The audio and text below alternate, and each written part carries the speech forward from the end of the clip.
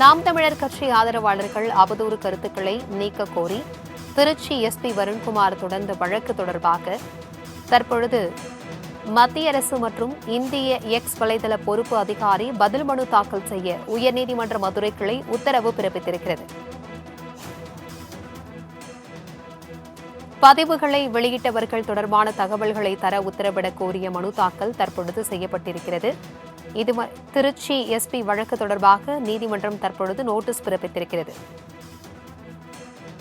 இதுகுறித்தான கூடுதல் விவரங்களுடன் இணைகிறார் எமது செய்தியாளர் பாலகிருஷ்ணன். வணக்கம் பாலகிருஷ்ணன், இந்த வழக்கு தொடர்பான முழு விவரங்கள் என்ன? வணக்கம் பிரபாவதி.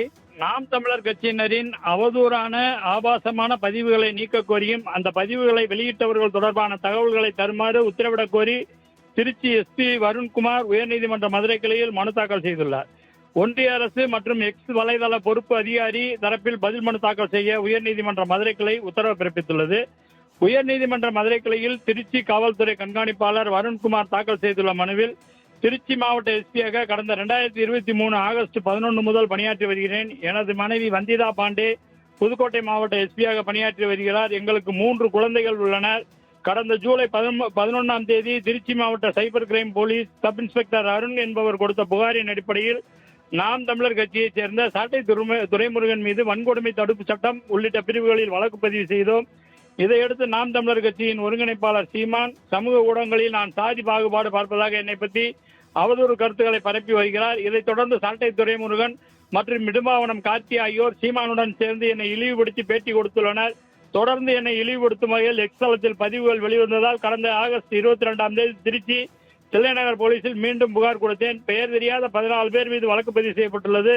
இந்த வழக்குகளின் விசாரணைக்கு பெயர் தெரியாத அந்த நபர்களின் எக்ஸ் தள வலைதள ஐடிக்கள் தேவை. அப்போதுதான் சரியான விசாரணையை மேற்கொள்ள முடியும். இதையடுத்து திருச்சி தில்லைநகர் போலீசார் பெங்களூரில் உள்ள எக்ஸ் கார்பரேஷனுக்கு கடிதம் எழுதியுள்ளனர்.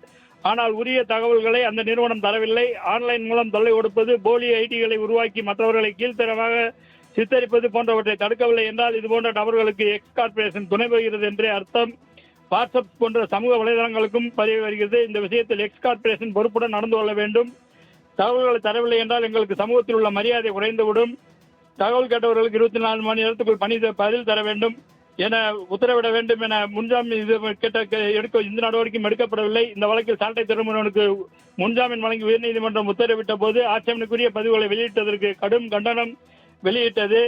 உரிய தகவல்களை தர வேண்டும் எனவும் திருச்சி விரைவில் இந்த வழக்கை விரைந்து முடிக்குமாறு தில்லைநகர் போலீசுக்கு உத்தரவிட வேண்டும் என மனு தாக்கல் செய்திருந்தார். இந்த மனு நீதிபதி முரளி சங்கர் முன்பு விசாரணைக்கு வந்தது. எஸ்பி வருண்குமார் தரப்பில் ஆஜரான வழக்கறிஞர், காவல்துறை அதிகாரியாக எனது கடமையை செய்தபோது என் மீது மனைவி மற்றும் குழந்தைகள் சமூக வலைதளங்களில் பதிவிட்டு மிகவும் அருவருக்கத்தக்க பதிவுகளை பதிவு செய்து வருகின்றனர் என்ற விவரங்களை தர வேண்டும் என வாதிட்டார்.